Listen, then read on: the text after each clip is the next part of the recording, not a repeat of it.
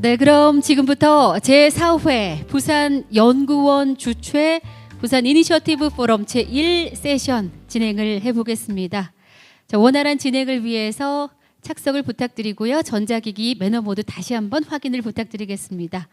자, 앞서 말씀드렸던 대로 먼저 1세션은 청년이 살고 싶은 도시, 미래가 있는 부산을 위한 과제를 주제로 진행을 할 예정입니다. 먼저 세 개의 주제 발표를 마치고 나면 이어서 그 세 개의 주제 발표에 대한 활발한 토론을 진행할 예정입니다. 포럼의 원활한 진행을 위해서 발표 시간은 약 20분 정도로 지켜주시면 감사하겠습니다. 그러면 진행 순서에 따라서 저출생 시대, 지역인구 소멸의 해법이라는 주제로 이상림 서울대학교 인구정책센터 책임연구원님을 모셔서 첫 번째 발표를 청해 듣겠습니다. 여러분, 이상림 책임연구원님께 큰 박수 부탁드리겠습니다. 예, 소개받은 서울대학교 인구정책연구센터의 이상림입니다. 저도 아까 김정석 교수님 회장님 말씀하신 내용과 굉장히 많이 비슷하기도 하면서 약간 디테일에는 다른 내용이 있는데요. 굉장히 좀 일반적인 내용과 부산의 특성에 대해서 조금 섞으면서 얘기를 해보도록 하겠습니다. 지금 우리나라가 세계에서 고령화 얘기를 워낙 많이 하니까 우리나라 고령화 수준이 굉장히 높다고 생각하시는 분들이 굉장히 많아요. 근데 실제로 보면은 우리나라 OECD 국가들 중에서 노인 인구 비율이 아주 높은 편은 아닙니다. 낮은 편입니다.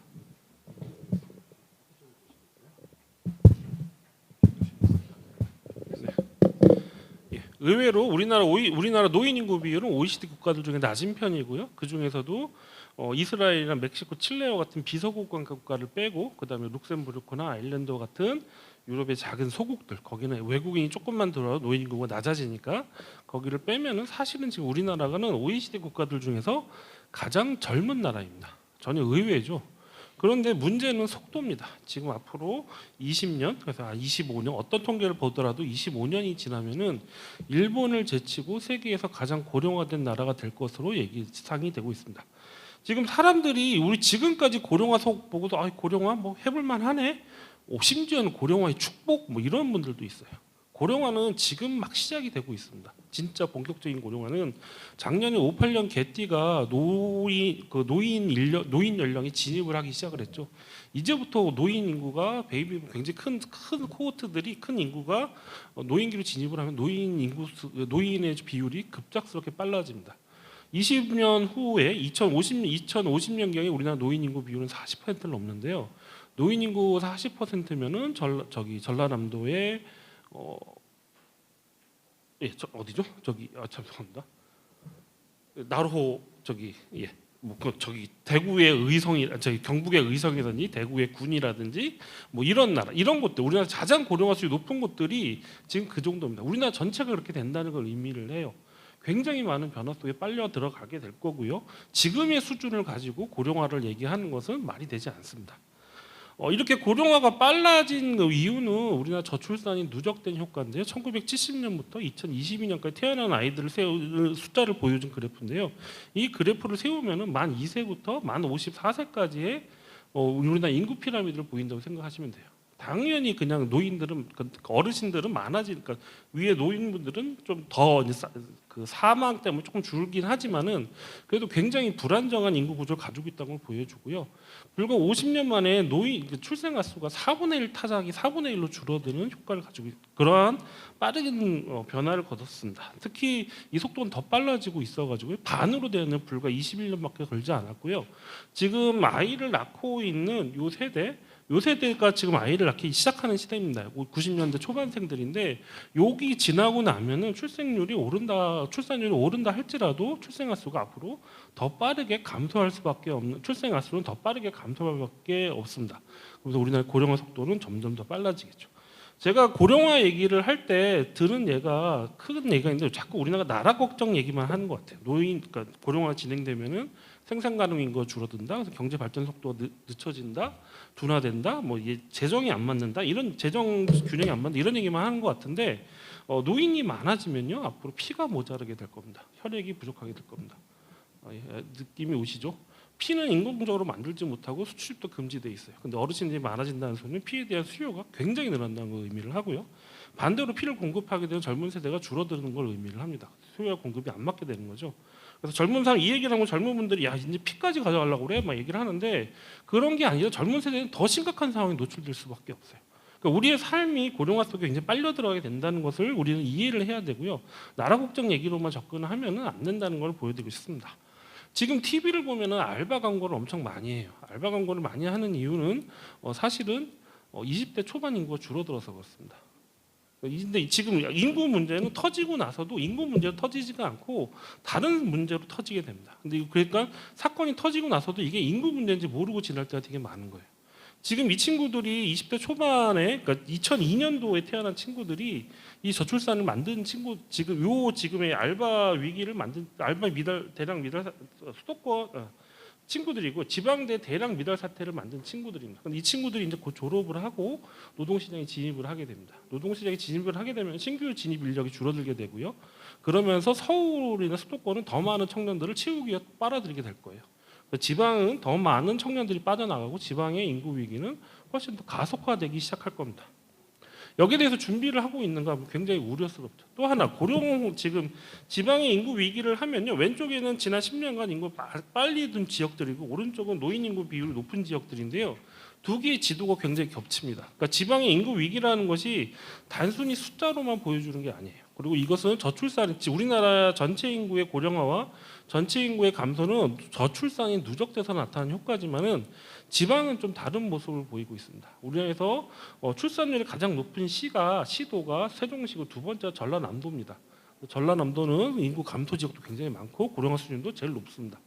반대로 서울은 출생률이 가장 낮지만은 전국에서 가장 젊은 인구 구조를 가지고 있어요.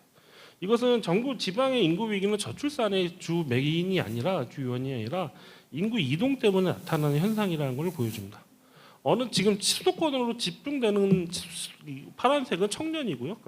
청년 이후의 세대를 보면은 청년 이후의 세대는 오히려 수도권을 떠나는 형태, 수도권에서 지방으로 오는 형태를 보여주고 있지만은 청년의 수도권 집중은 점점 더 가속화되는 형태를 보이고 있습니다.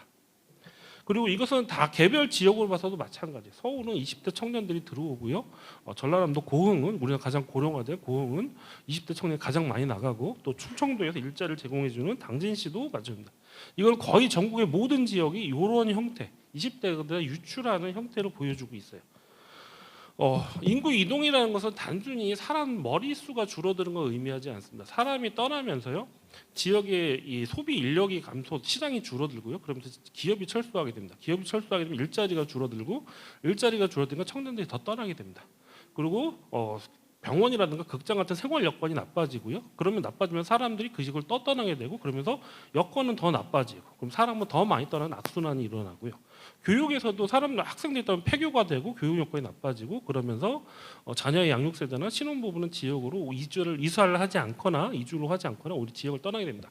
근데 교육 여건은 더 나빠지게 돼요. 이런 식으로 연쇄적인 위기를 통하면서 인구 이동을 통해서 이 위기가 계속 확산되면서 모든 부분이 나빠집니다. 우리 지역은 일자리는 좋은데 교육과 생활 여건이 나빠. 우리는 다 위기지만은 교육 여건은 좋아. 이런 지역은 없습니다. 같이 다 맞물려 가는 거예요. 근데 이게 굉장히 인구 위기가 사람의 숫자의 위기가 아니라 굉장히 사회적 위기로 가고요. 특히 지역의 중산층이 떠나면서 지역의 중산층이 붕괴되고 그러면서 지역의 빈곤화가 시작됩니다. 실제로 인구 위기가 높은 지역일수록 수급자 비율이 높게 나타납니다. 그리고 지역의 빈곤뿐만 아니라 지역을 통해서 지역 빈곤의 재생산이 일어나기도 합니다. 또 사람이 떠나는데 청년이 먼저 떠나고요. 그 중에서도 여성이 먼저 떠납니다. 왜 여성이 먼저 떠나냐면은 여성이 먼저 떠나는 이유는 일자리 문제라고 하는데 지방의 산업 구조랑 관련이 있어요. 지방의 산업 구조는 제조업 중심이다 보니까 여성들이 학력이 높아진 상황에서 평생 직장을 가지려 하지만은 양질의 평생 직장, 양질의 서비스업이 없는 상태에서 공무원이나 공공기관 외에는 양질의 일자리가 없는 거예요. 그래서 여성들이 지역을 더 많이 떠나게 됩니다. 이것은 지역의 그리고 남성 청년들 떠나는 것도 그래도 남자는 일자리가 있잖아. 그게 아니라 지역의 우리나라의 제조업의 위기가 다시 청년의 위기로 넘어오면서 남성들도 마찬가지로 양질 일자리가 없기 때문에 지역이 남아 있다 할지라도 생애과정 이행이 중단되는 모습을 보이고 있습니다. 우리나라의 성비, 청년들의 성비를 2020년, 2022년, 2021년의 성비를 보여주는 건데요. 전국을 보면은 청년의 성비가 110, 여성 100명에 남자가 110명 정도 됩니다. 왜냐면은 왜 남성들이 이렇게 많이 태어났냐 하면 옛날에 80년대, 90년대에 성별 감별을 통한 인공 임신 중절, 낙태가 많았기 때문에 이렇게 생긴 거예요. 근데 서울을 보면은 여성 100명에 남성이 96명 정도가 됩니다. 서울은 뭐 아들을 낙태했을까요? 그게 아니라 약간 웃음 포인트였는데 반응이 별로 없네요. 예, 서울 지방에서 여성들이 양질 일자리였기 때문에 더 자꾸 서울로 올라오는 거예요. 그러면서 수도권의 출산율이 떨어질 수밖에 없게 되는 거예요. 지방은 지방대로 여성 수가 줄어들고 또 청년의 생애과정 이행이 묶이면서 지방은 지방대로 가라앉는 형태로 가고 있습니다. 특히 앞으로의 청년은 30년 정도가 지나면 지금 청년이 지금의 수준의 절반이 되는데요. 지금 청년의 55%가 수도권에 살고 있습니다. 그러면 미래에는 지금 30년 후에는 지금 모든 전국의 청년을 다 모아서 수도권에 갖다 놔도 청년의 숫자를 채우지 못한다는 거예요. 이런 시기가 올 때 과연 지역의 체계는 그냥 그대로 갈까? 지금과 같은 228개의 기초지자체와 세종시가 있는 229 체제가 그대로 갈 수 있을까? 도저히 못 갈 겁니다. 그럼 사회 행정체제도 개편이 일어나고 우리의 모든 행정이라든가 어떤 정책에 큰 변화가 있어야 되는데 여기에 대해서 오늘 어떻게 준비를 하고 있는가? 또 이 준비의 과정 속에서 미래 세대에게 어떤 기회를 중심으로 주는 방식으로 우리가 흘러가게 할 것인가? 여기에 대한 준비가 전혀 돼 있지 않다는 것도 지적할 필요가 있는 것 같습니다. 또 지역의 위기를 얘기할 때 중요한 것 중에 하나가 아까 이 그림에서 오른쪽 보면 청년이 떠나면서 지역의 위기가 오고 지역의 위기가 다시 청년의 유출을 강화하는 악순환 구조가 나오고요. 또 하나 지방의 청년들이 수도권 대학을 위주로 가면서 지역 대학은 교육 여건과 연구 여건이 약화되는 악순환 구조를 가지고 있습니다.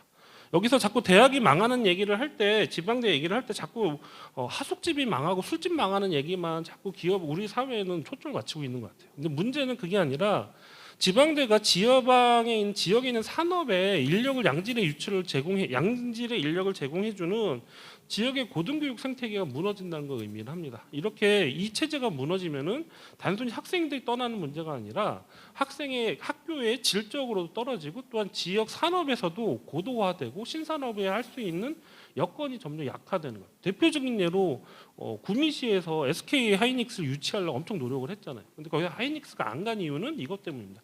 지원이 없어서가 아니라 양질의 인재들이 계속 올 수 있을까에 대한 의구심 때문에 가지 않는 거예요.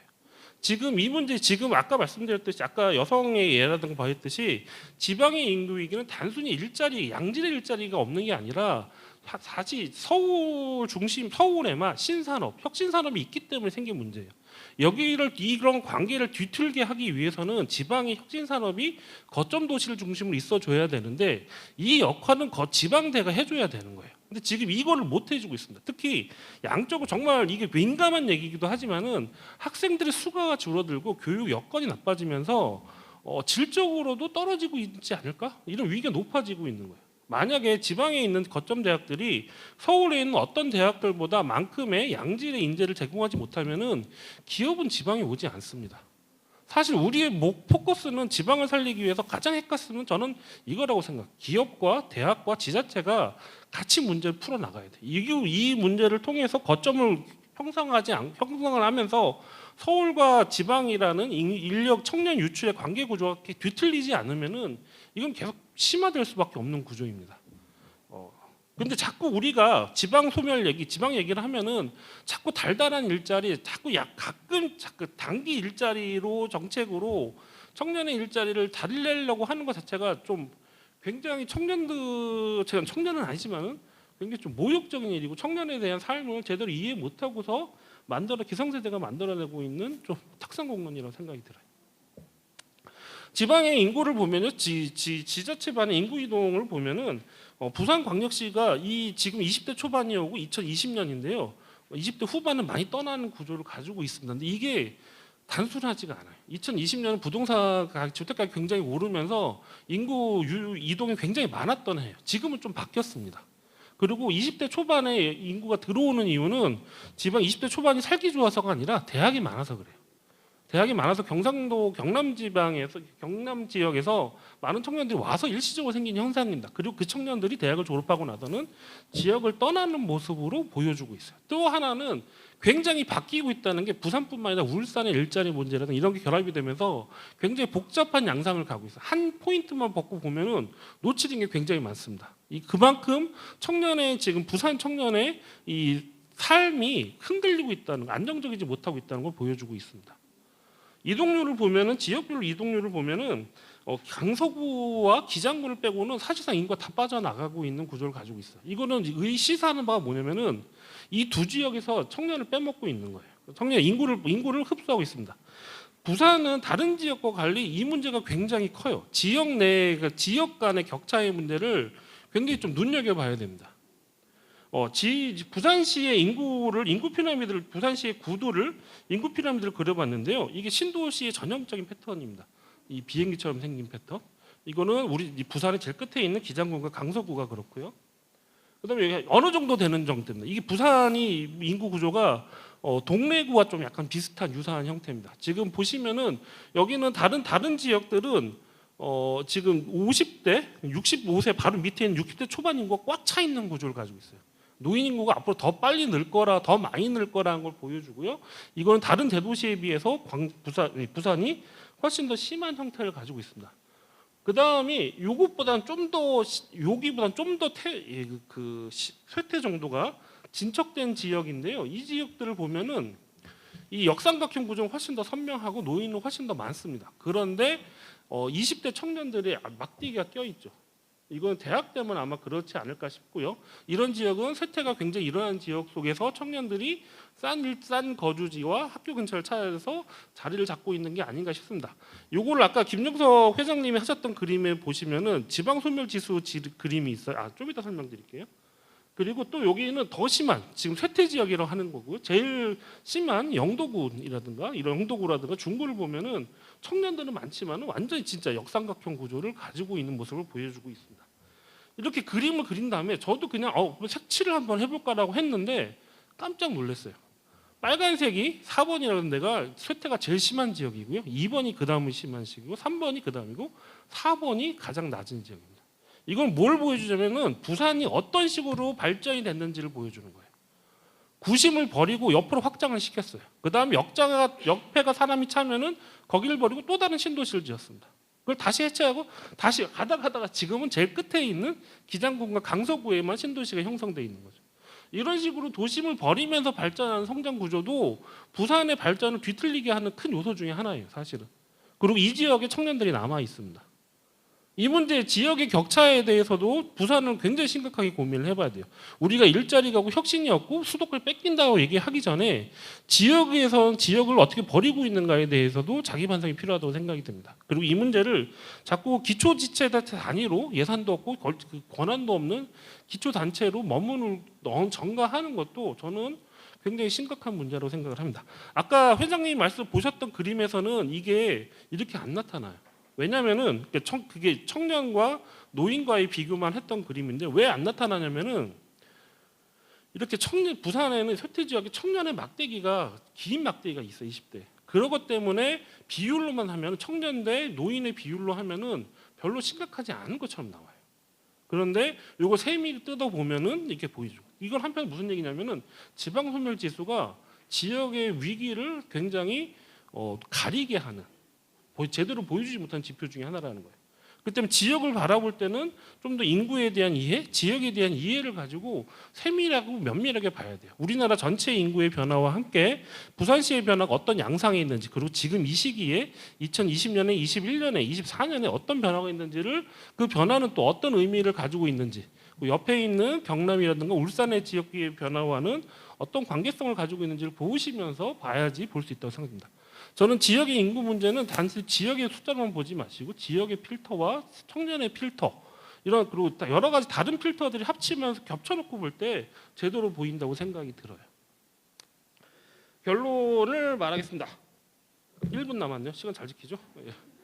저는 미래에 대해서 우리가 지금은 적응 문제도 같이 고민을 해야 돼요. 지금 출산율을 올리는 문제, 청년의 삶을 회복시키면서 그러면서 미래를 어떻게 설계할 것인가 얘기를 해야 되는데 지금 중요한 구체적인 정책들도 중요하지만은 우리가 어떤 관점으로 어떤 철학을 가지고 이 원칙을 다가갈 것인가를 세우는 것도 굉장히 중요하다고 생각됩니다. 자꾸 인구가 줄어든다는 얘기만 들면 위기만 보면서 서울만 따라가고 지표만 보는 것은 이 내면적인 얘기를 자꾸 간과시키는 거예요. 두 번째로는 저는 핵심적인 게 지역을 살리기 위한 거점 도시고 거점 도시를 살리기 위한 핵심은 대학이라고 생각을 해요. 신산업을 끼워야 되고 그러기 위해서는 지방대가 역할을 해줘야 됩니다. 아주 구체적으로 특히 앞으로 지금 태어나는 아이들이 23만 명 태어나는데요. 수도권 입학 정원이 26만 명이 넘습니다. 지방에 지금 태어난 모든 애들은 다 수도권 대학을 갈 수 있어요. 지방 대학은 다 망한다는 얘기잖아요. 그렇게 되면 안 되겠죠. 근데 어쨌거나 우리는 지금 10년, 20년을 바라볼 때 대학 구조조정이라는 큰 파도 앞에서 그 파도와 함께 대학, 지방대의 혁신을 같이 이루어야 되는 거예요. 그리고 거기에서 기업과 지자체는 어떤 역할을 할까를 고민해야 되는데 문제는 교육청, 학교, 중고등학교, 대학, 지자체, 기업이 같이 일한 적이 한 번도 없어요. 지금 이 거버넌스 구조를 어떻게 할 것인가에 대해서 심각하게 논의를 필요하고 굉장히 많은 결단들과 이해관계 조정이 필요한 것 같습니다. 그리고 마지막으로 우리가 이 도시계획을 할 때도 어떻게 도시계획을 할 것이고 어떻게 발전시킬 것인가 더 이상 기존의 지역을 버리면서 다시 확장하는 형태의 방식이 아니라 어떻게 내부를 가꾸려고 할 것인가 그리고 어떻게 산업을 혁신할 것이고 산업 구조조정을 할 것인가에 대해서도 인구와 청년의 관점을 가지고 바라봐야 된다고 생각을 합니다. 예, 이상으로 발표를 마치도록 하겠습니다. 네, 제1세션의 첫 주제 발표를 해주신 이상님 연구원님께 여러분 다시 한번 큰 박수 부탁드리겠습니다. 네, 청년이 살고 싶은 도시, 미래가 있는 부산을 위한 과제를 주제로 발표를 해주셨습니다. 지역의 연쇄적인 위기 확산을 막기 위해서는 기업과 대학 그리고 지자체 간의 체계적인 변화와 준비가 필요하다 이런 말씀을 해주셨습니다. 네, 첫 주제 발표 진심으로 감사드리고요.